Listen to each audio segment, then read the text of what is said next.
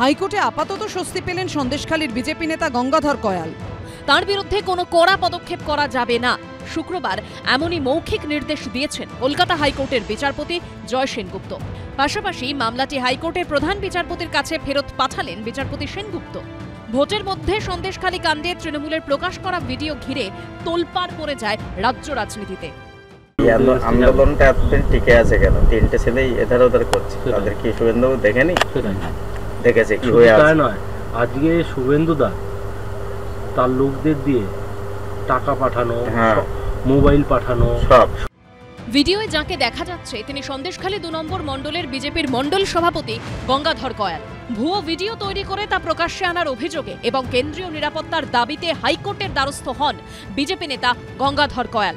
তার বিরুদ্ধে দায়ের এফআইআর খারিজের আবেদনও জানান তিনি। পাশাপাশি ভিডিও কাণ্ডে সিবিআই তদন্ত দাবি করেন তিনি।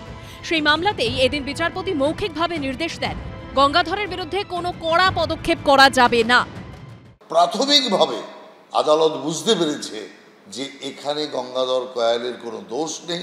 তৃণমূল কংগ্রেস তারা নানানভাবে প্ররোচিতভাবে তারা ভিডিও তৈরি করে গঙ্গাধর কয়ালের নামে চালাচ্ছে। এই প্রাথমিক অনুমান যদি না থাকতো তাহলে আমার মনে হয় যে কখনোই তার গ্রেপ্তারিতে না বলতো না কলকাতা হাইকোর্ট। ফেরত পাঠিয়েছে মানে অন্য জায়গায় অ্যাসাইন করবার জন্য ফেরত পাঠিয়েছে। তাহলে আপাতত কোনো বন্দোবস্ত কি আছে কি নেই আমি জানি না, এটা আমি বলতে পারবো না। এটা হয় না, তো উনি নেবেন না বলে তাই জন্য পাঠিয়ে দিয়েছেন অ্যাসাইন করবার জন্যে মাননীয় প্রধান বিচারপতির কাছে। তাহলে আবার উনি কি করে অর্ডার দিয়েছেন কি দেননি আমি জানি না, আমি এই বিচার প্রক্রিয়া আমি জানি না মৌখিক নির্দেশের কথা। এদিন প্রধান বিচারপতির কাছে মামলা ফেরত পাঠান বিচারপতি জয় সেনগুপ্ত।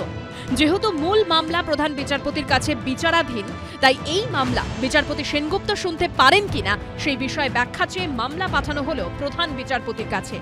উল্লেখ্য, আগেই সিবিআই জানিয়েছে আপাতত সন্দেশখালী স্টিং অপারেশনের ফুটেজ সংক্রান্ত কোনো তদন্ত তারা করছে না। কারণ হাইকোর্ট যখন তদন্তের নির্দেশ দেয় তখন নির্দিষ্ট করে বলে দেওয়া হয়েছিল কোন কোন বিষয় তদন্ত করবে সিবিআই। স্টিং ফুটেজের তদন্ত নিয়ে দিল্লিতে সিবিআই এর সদর দপ্তরের লিগ্যাল সেলের তরফেও কোনো গ্রিন সিগন্যাল মেলেনি বলে সূত্রের খবর। সৌভিক মজুমদার, সমীরণ পাল ও কৃষ্ণেন্দু অধিকারীর রিপোর্ট, এবিপি আনন্দ।